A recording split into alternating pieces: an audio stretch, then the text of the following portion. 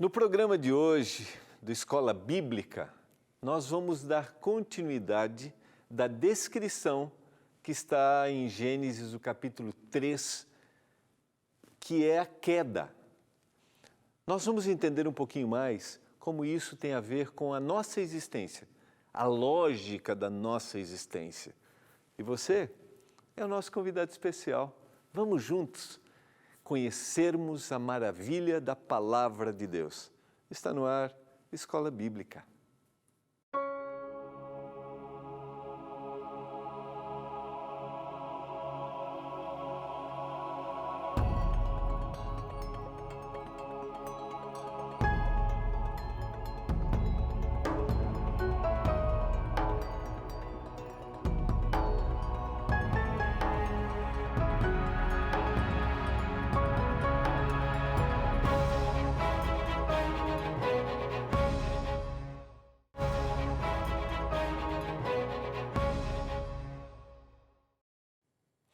Que privilégio estar com você. Que bom estarmos juntos mais uma vez para estudarmos a Palavra de Deus.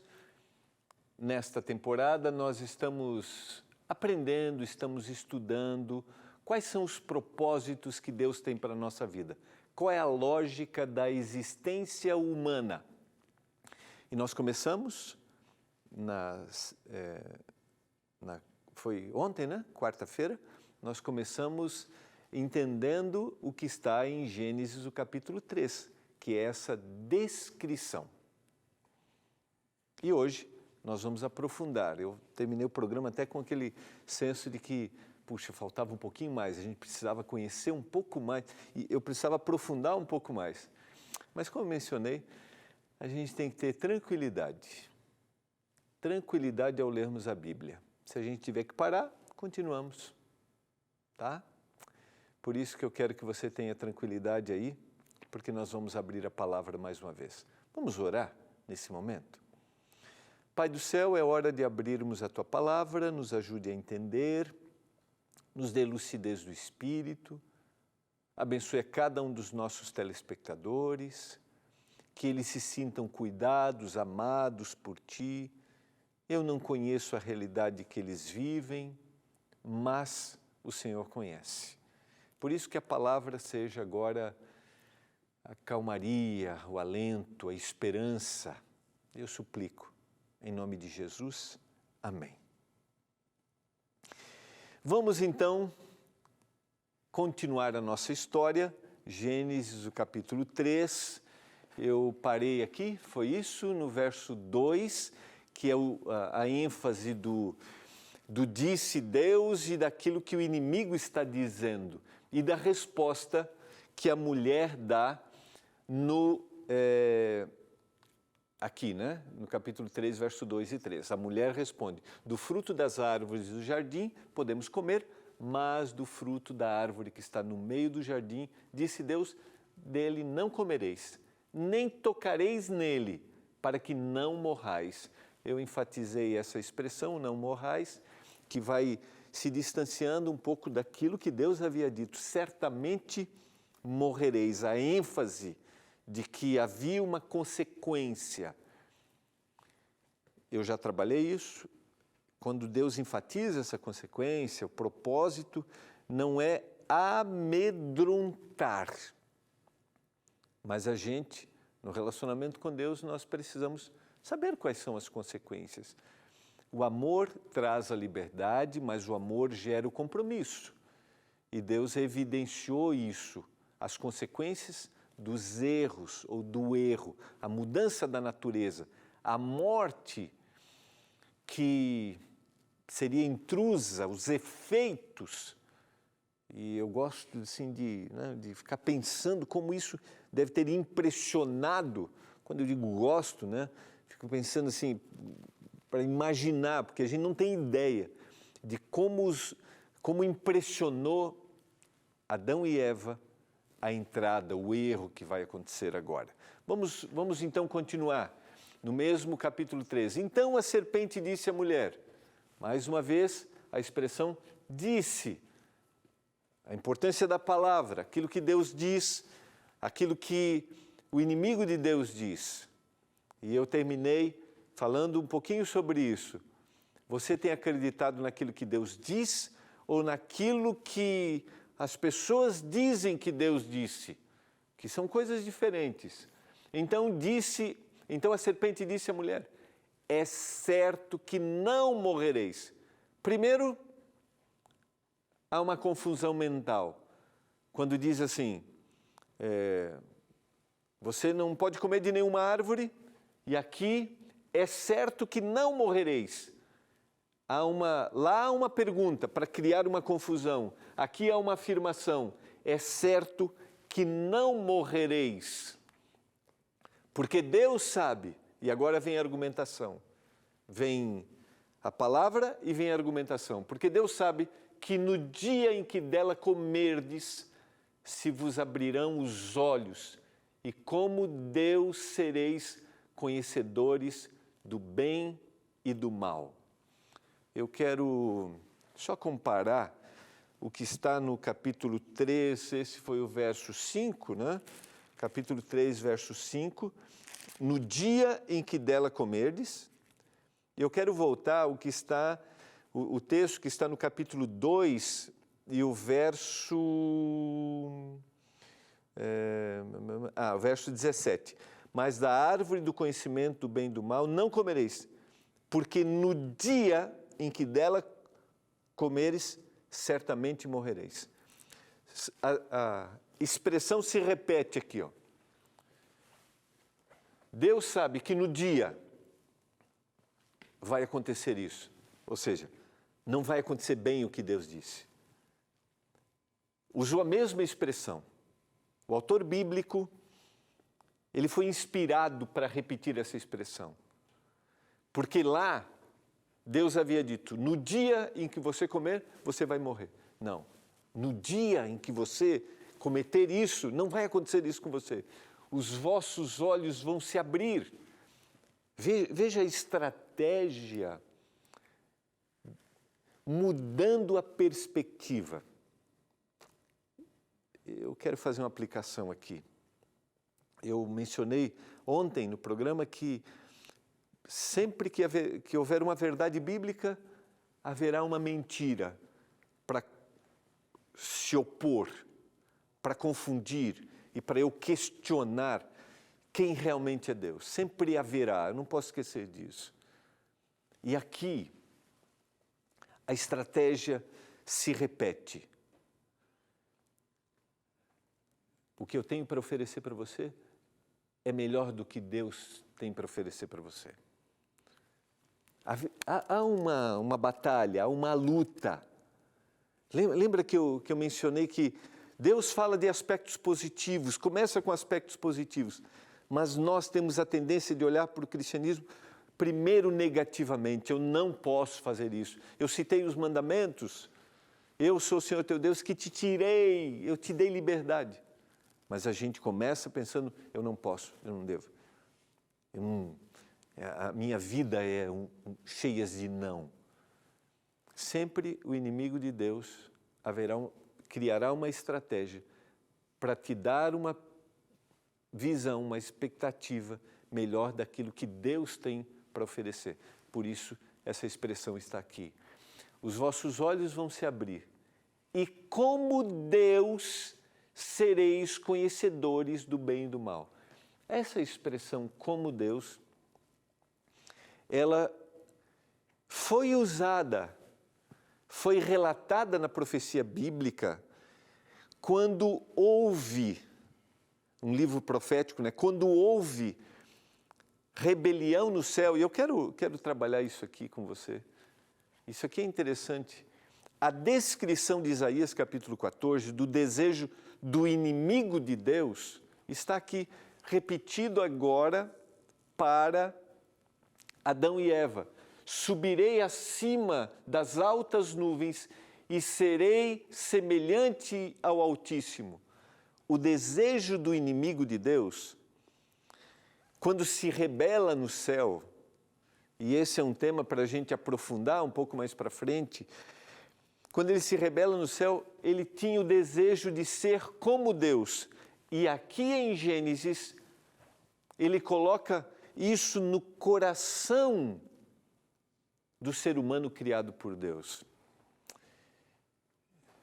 Isso aqui é muito mais profundo do que a gente imagina. O maior desafio que a gente tem na vida, a maior luta que a gente tem, é contra o nosso eu, contra a nossa vontade. Sabe por quê? Porque nós queremos ser autossuficientes. Nós não queremos depender. Nós achamos que sabemos tudo. Jeremias vai dizer que enganoso é o coração, mas eu acho que eu sei o que é melhor para mim. Talvez você já tenha ouvido essa frase quando tentou aconselhar alguém que estava numa prática errada. Eu ouvi isso muitas vezes. Eu sei o que é melhor para mim. Pastor, eu sei o que é melhor para mim. A gente acha que nós podemos ser como Deus. Lembra que eu falei que distantes de Deus nós não somos quem deveríamos ser? E nesse texto, a estratégia do inimigo de Deus é exatamente essa. É dizer para Adão e Eva, você pode ser como Deus. Como você tem vivido a vida? Como você tem desfrutado a vida? Você tem dependido de Deus? Você tem sido dependente dele? Ou você quer ser autossuficiente? Há uma estratégia para me afastar daquele que me dá a verdadeira felicidade. Vamos continuar. Eu quero ir adiante. A repetição de Isaías 14. É interessante, eu só vou aprofundar, aproveitar, né, que eu trabalhei, que esse era o desejo do inimigo de Deus. A gente tem a descrição dessa rebelião em Ezequiel capítulo 28, 12 a 19, e nós temos também no texto de Apocalipse capítulo 12, 7 a 9. Vale a pena uma leitura assim, bem detalhada. Eu separei aqui o texto, eu não vou ler todo o texto, mas isso aqui é o que a gente chama tecnicamente, é uma forma literária, poética, que a gente tem, muito se repete na Bíblia, que é o quiasmo, né? Ou seja, é a comparação da primeira expressão invertendo com a última expressão e assim vai se aproximando. A segunda com a penúltima, a terceira com a antepenúltima, até que se centralize. E há uma descrição do inimigo de Deus em Ezequiel capítulo 28, 12 a 19, em cada detalhe. A gente vai por intervalo, na volta eu vou só ler para você, se você tem aí a sua Bíblia, você pode ler esse texto e depois fazer a anotação. É muito interessante a descrição do inimigo de Deus, daquilo que ele desejou para enganar, para levar o ser humano à destruição. A gente vai para o intervalo e a gente já volta.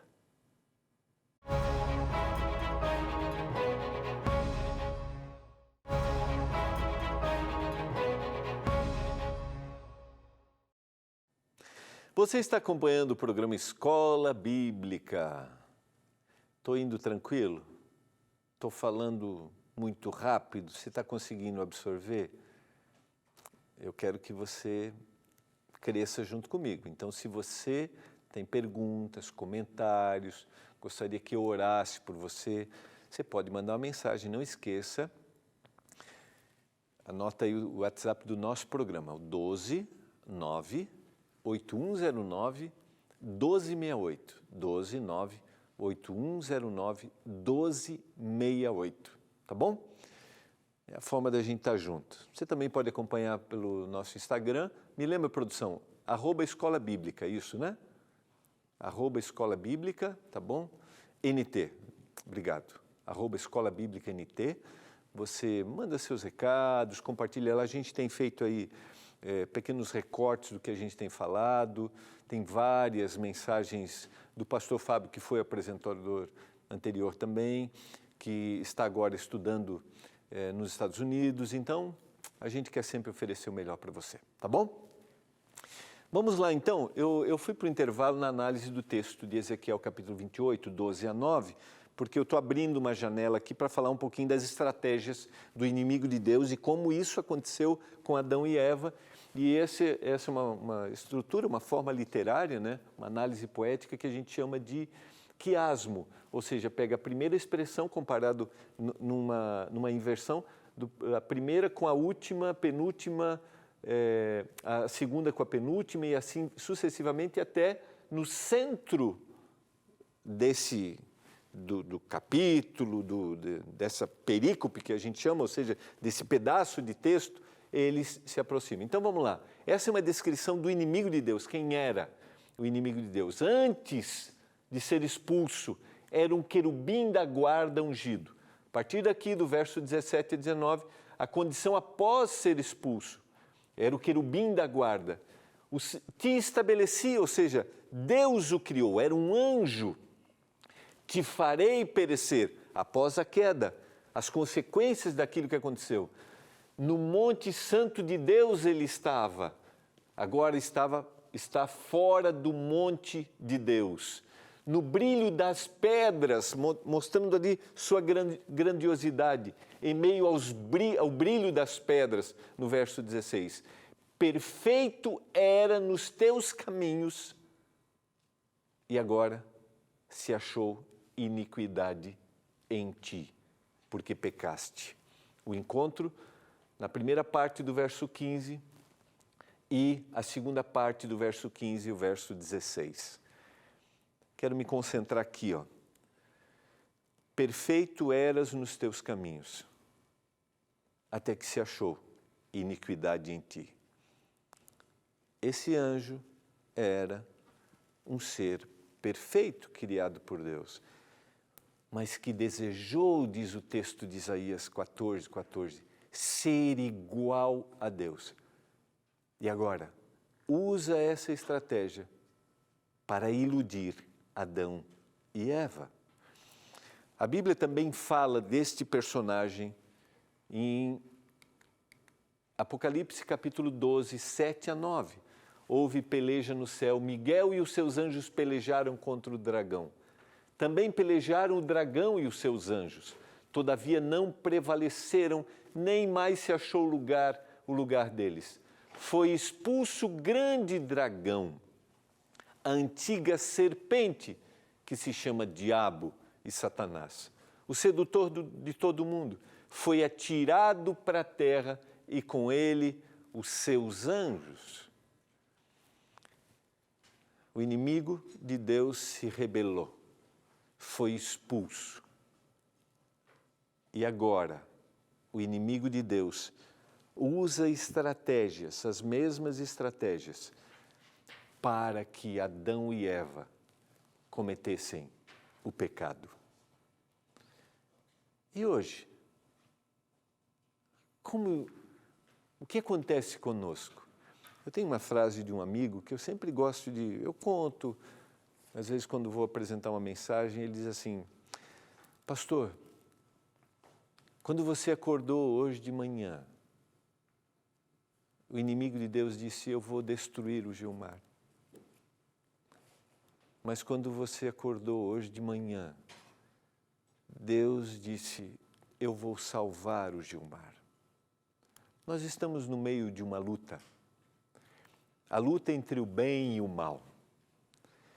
E nós entenderíamos mais a lógica da existência humana se nós colocássemos esse olhar de um grande conflito, de uma guerra.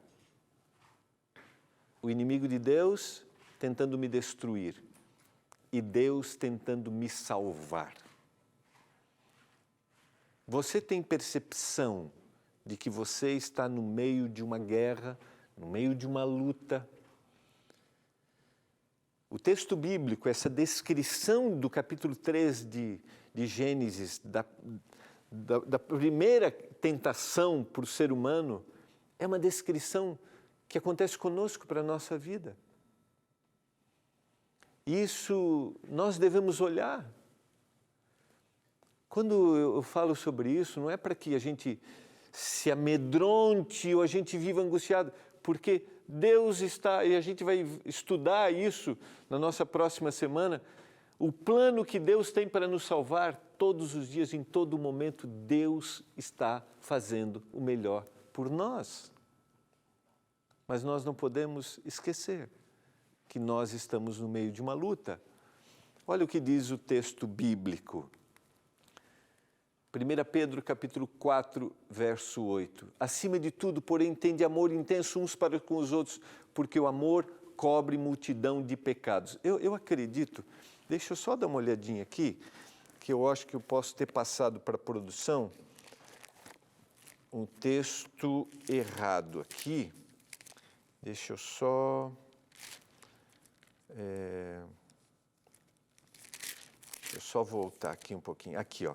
É capítulo 5, verso 8. Eu passei o texto errado aqui. Capítulo 5, verso 8. Diz assim: sede sóbrios e vigilantes. O diabo, vosso adversário, anda em derredor como leão que ruge procurando alguém para devorar. Olha o que o texto diz. Sede sóbrios e vigilantes. O vosso adversário, o inimigo, anda em derredor como leão que ruge procurando alguém para devorar. Nós estamos no meio dessa luta entre o bem e o mal. Ela começou no céu, quando o inimigo de Deus desejou ser igual a Deus, ser como Deus. Mas criaturas nunca serão como o Criador. A criatura só é criatura dependendo do seu Criador. Nós só somos nós mesmos se estivermos com Deus.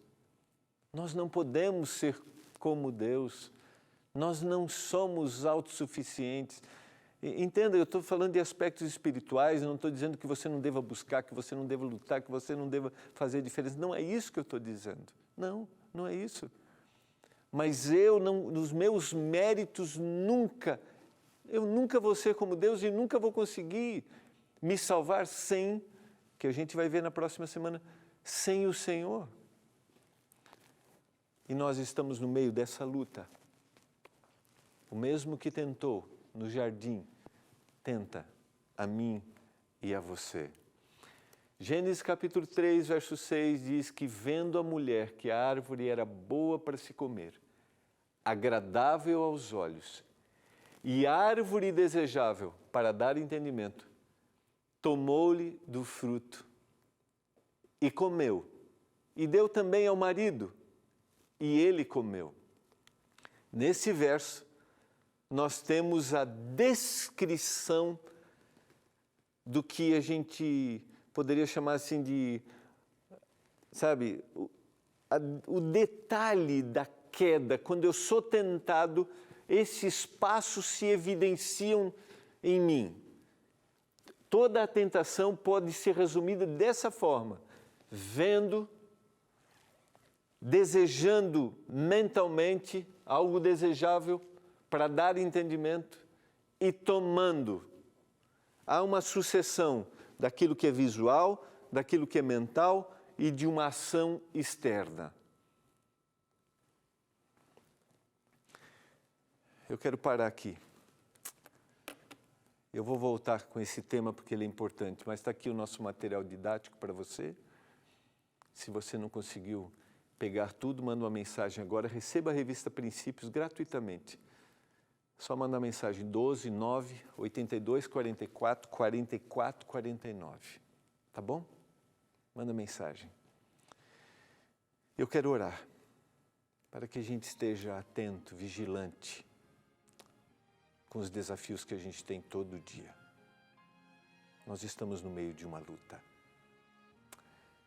Pai do céu, nos ajude a sermos vitoriosos em Ti, por Tua graça. Eu clamo. Oro por aquele telespectador que tem lutado, que tem passado por tentações. Oro para que o Senhor o abrace, dê forças para ele vencer, para ele suportar. Se a gente cair, nos dê forças para a gente levantar, em nome de Jesus.